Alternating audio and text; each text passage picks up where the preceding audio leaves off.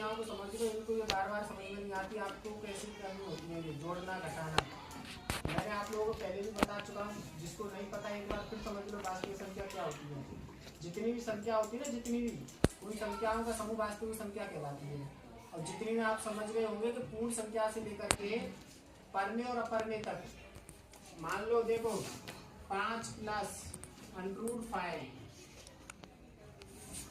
ये तुम्हारी एक परमी हो गई और ये कैसी हो गई अपरमी संख्या। इन दोनों संख्याओं को मिला दो, परमी और अपरमी मिला करके ये एक वास्तविक संख्या बन गई। ऐसा नहीं है कि ये वास्तविक संख्या बन गई। मान लो ये 5 6 भी है ना, तो ऑप्शन में आपके में आ जाए ये एक वास्तविक संख्या है या नहीं है। ये एक वास्तविक संख्या होगी क्योंकि ये वास्तविक संख्या के अंदर शामिल है।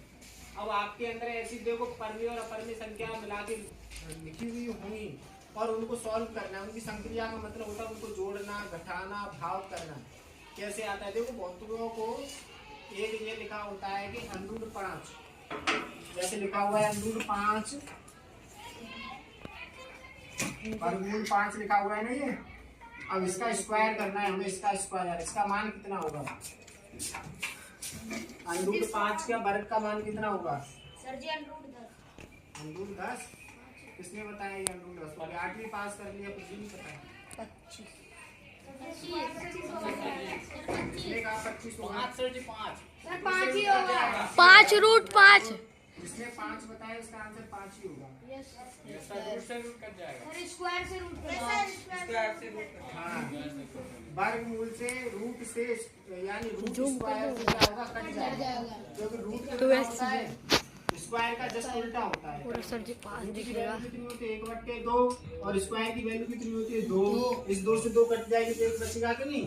इसको देखो जनरली खोल दो, अंदर का मान क्या होगा? 5 की पावर 1/2 हो जाएगा। रूट का मान ये होता है और इसके मल्टीप्लाई में 2 लगा हुआ है। जब पावर के ऊपर पावर मल्टीप्लाई में लिखो तो आपस में मल्टीप्लाई होता है।